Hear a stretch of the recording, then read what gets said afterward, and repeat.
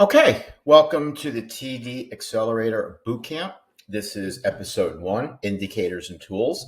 Today we're just going to briefly go over charts, some of the setups, some of the tools that we use on our charts, and some of the basic things that you will need to be able to participate in the program. Okay, so let's kind of get right into it. First, let's talk about charts. The two charting platforms that we primarily use here at Trader Dale are going to be the TradingView platform and the NinjaTrader platform. Okay, both are great platforms. It just depends on what your needs are. I personally use TradingView. I do use NinjaTrader for some stuff, for copy trading, execution, but I do all my charting on the TradingView. NinjaTrader is an excellent platform also. You will only need NinjaTrader for order flow. That's the only thing that you will 100% need NinjaTrader for. So you have two options. If you don't use order flow, you can use either one. Okay, if you do use order flow, I would suggest either using Ninja for everything, or if you're still comfortable with TradingView, you can use TradingView and just keep one window open for NinjaTrader for the order flow platform. Okay, very simple. We have members doing either one.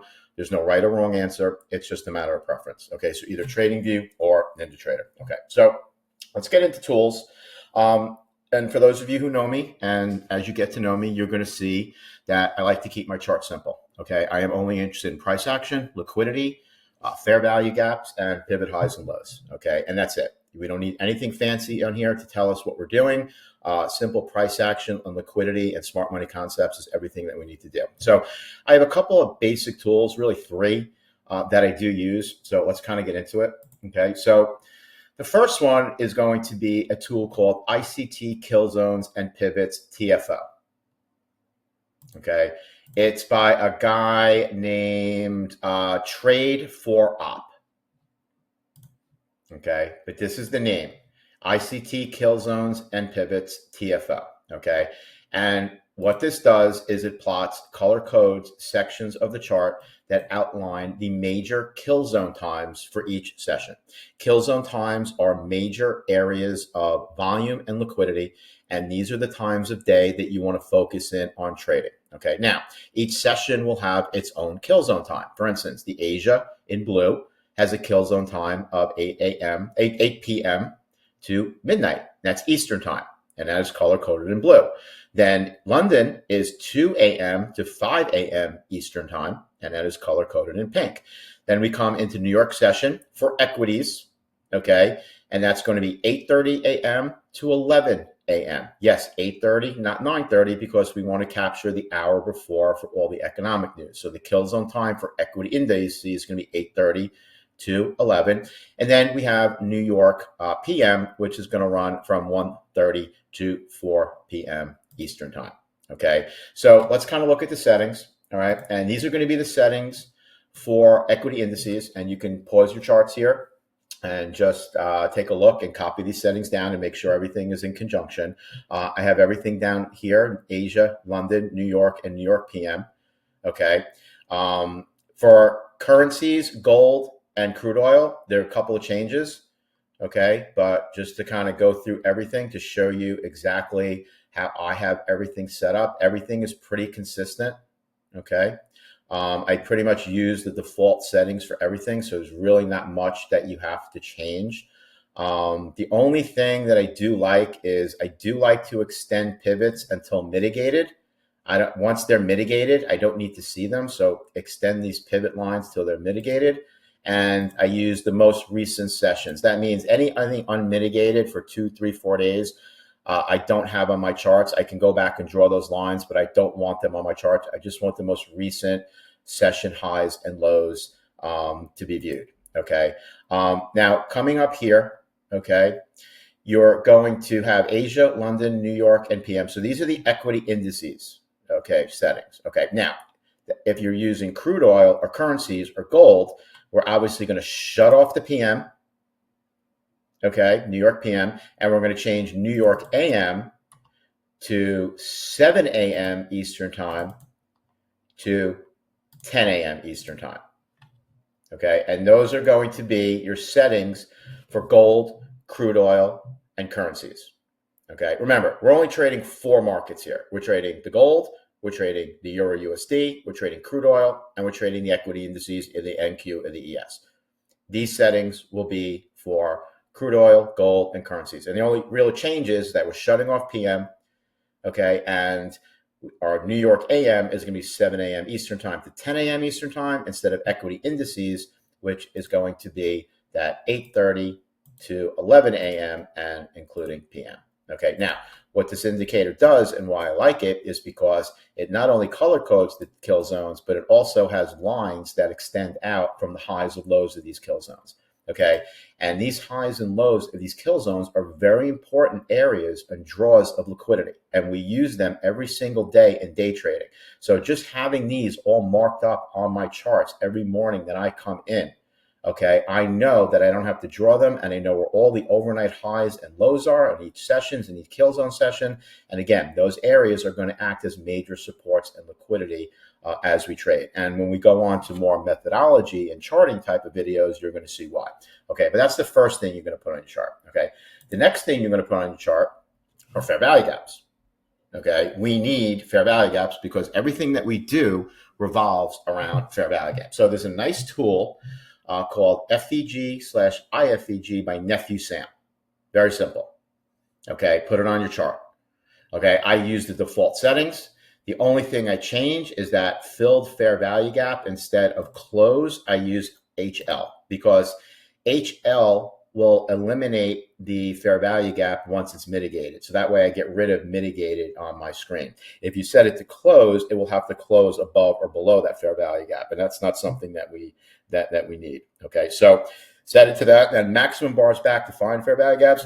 I usually leave it at 500. That way I can go back and I can see these fair value gaps. I don't extend them too far to the right. I just keep them short. That way my screen isn't all cluttered. And what it's going to do, it's going to plot all these fair value gaps on the screen. Okay.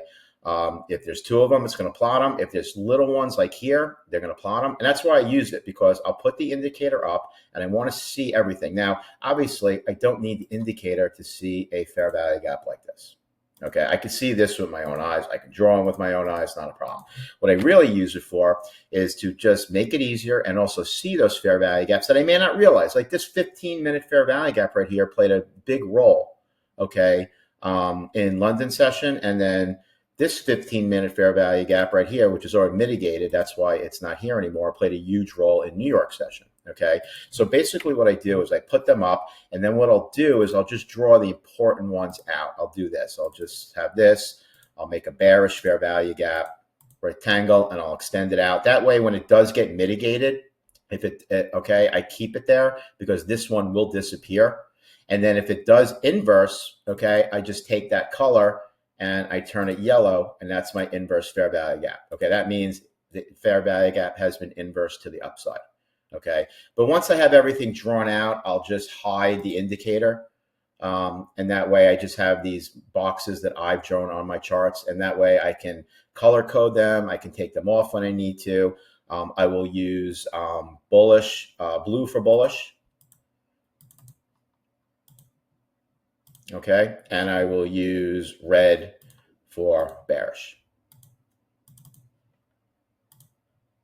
That's it. And once I put those on my chart, I'll color code them, I'll put them on, and once they inverse, I'll flip it to yellow. And then any fair value gap that don't need anymore, or it's been mitigated, or it's just not in play anymore, I'll just X off my charts and be done with it. And that's the way I mark up my charts. And that's all we need. Okay, you only need these blue rectangles. Okay, so that's the second tool. And again, it's FVG, IFVG by Nephew Sam. Now, I know it says IFVG, and we do a lot with IFVGs.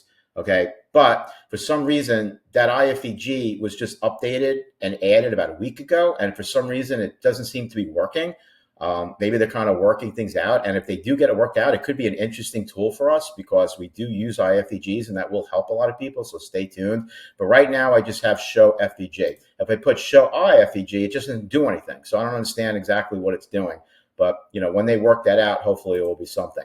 You can plot multiple time frames on here. Okay, I don't recommend doing it. It could get a little crazy, so I just keep it to chart. Okay, and everything is just basically a default. Okay, so that's the second indicator. So the third indicator I'm going to use is volume profile. Okay, these are volume profile that you use on Trader Dale. Everybody's familiar with it. Now you have two choices. The trading view indicator is fixed range volume profile. Okay. Fixed range volume profile. Okay, that is the trading view tool. Okay, and then if you want to use Dale's trading view tools, just go to the Circle community, download the software, and put those on there. You have flexible and fixed. I don't use fixed. This is flexible. Okay, so that's all you really need. You need the volume profile, you need the fair value gap tool, and you need the kill zone and pivots, because that'll outline the kill zone areas and the highs and lows of those kill zone areas. So as far as indicators, that's it. Okay, now drawing tools are important. Okay, so we're going to use a few drawing tools. Okay, obviously we need rectangles because we need to draw out those fair value gaps. That's what the rectangles are for, plain and simple. Okay, I have bullish and bearish and inverse. Bullish is blue, bearish is red, and then I turn it to yellow when it inverses. Very simple. Okay. I have a fib tool that I use. Okay. And I have a few different ways that I use the fib tool. Okay. So let's kind of show it here. Okay. So one is the traditional fib tool. Okay. Where I have a high, a low, a midpoint, and I have the 71 to 75 fibs left out. This is when I look for deep discount pricing. Okay.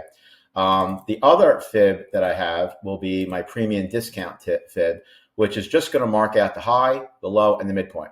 Okay, so I use that. For instance, I would mark the high here, the low here, and the highs up here. So that way, on a day like here, okay, I know when price has come into premium and when it's in discount. Okay, very, very useful tool. Another way I do use the fib, and I don't use this that much, but I will use it when we have like a big fair value gap or a big wick.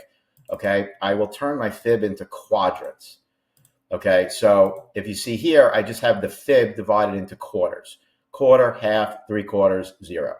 And I do that when we have a big wick or maybe a really big fair value gap that I just want to get, you know, some guidance and just understand where we are.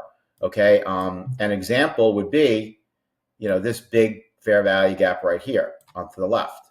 Okay, this is a huge fair value gap. So what I want to do is kind of just make that into a quadrant.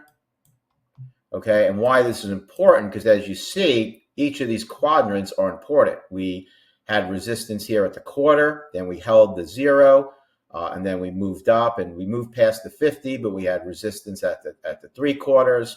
Came back down, and it just gives a little guidance. I don't use it to trade. It's just a guidance thing. It's just an extra tool that might help. So I thought I'd kind of share it with you. And that's really it. Then you really just have to be able to draw lines. So I have blue lines that I short, and this is where I just do my pivot highs and lows. This is all I care about: pivot highs and lows.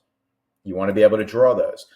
Those are my hourly pivot highs and lows. That's what I use for the longer, higher time frame, bigger pivot lows.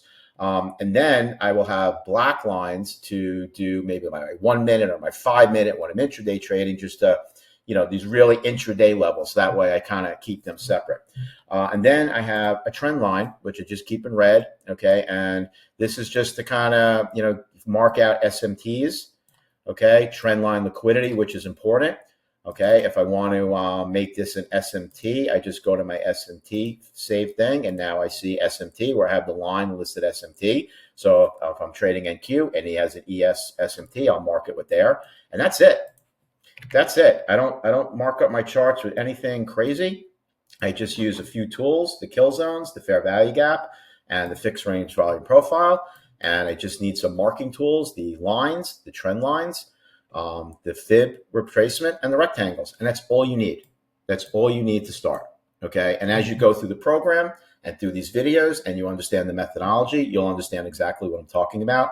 And you'll learn to use these in conjunction with everything else as you start to develop your trading plan. Okay. Anything you use above this is your preference. Your preference. And we all have our own preference, and it's completely okay. Some people may want to use VWAP. You want to throw a moving average on there. I don't recommend it, but if that's your comfort, that's totally fine. Some people have tools that they like, but again, anything that you've seen here that you want to use goes above and beyond, that's totally fine. But this is exactly what I use. Okay, so let's talk about my chart setups. So basically for gold, euro, and the crude oil, I use the same format. I have two charts. So I have gold on the right, and I have its correlated pair silver on the left, and I have them lined up where if I change the time frame, they both change. So that way I can see side by side what's exactly happening, okay, and I can understand what each is doing, because everything we do is going to revolve around SMT. Okay, I do this for gold, I do this for crude oil, and I do this for euro.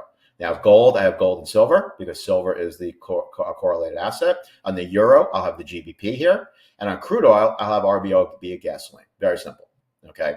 Now, the NASDAQ, I have a few more layouts because I use different things. Okay. So let me get rid of that. Okay. So I have a SMT setup. Okay. So this is the NASDAQ, the ES, and the Dow. Okay, I have them all here. This is what I'm doing. This is just looking for SMT on longer term time frames, 15-minute, hour, and I can go back and I can scroll and I can hit whatever I want and they'll all change. And that way I can start to see SMT. That's all I use this tab for. Okay, then I have two intraday tabs. I have a 1 and a 2. So my intraday 2 is going to be my 15-minute chart, which is a very important chart for me. Okay, and I have my 2 and my 3. And then I have a 30-second that I have on my Tradovate account, because TradingView, to get 30-second data, I got to upgrade to the next plan. And I got to be honest with you, I don't even need half the stuff I have in the plan that I have. So I use the 30-second on the Tradovate. So when I'm day trading, the 15-minute, I have the 2-minute, the 3-minute, the 30-second. And then on my other tab, this is what I have up all the time, is my 1-minute charts for my ES and my NQ. And this is what I trade off of. I usually keep my NQ a little bigger because I don't trade the ES. I'm just looking for SMT. And as I go through the day and I chart, I'm always looking for SMT and comparing. And when I see my my pattern and when I see my trade, when we take liquidity and do everything that we do as far as to execute a trade, okay, I'll mark up my SMT. I'll compare it to the ES. And then I'll execute my trade, okay? And I can always go to other time frames from here, but I'll keep it on the 1. So when I'm intraday trading the NASDAQ, I'm basically looking at 30-second, 1, 2, and 3 minutes to execute on, okay?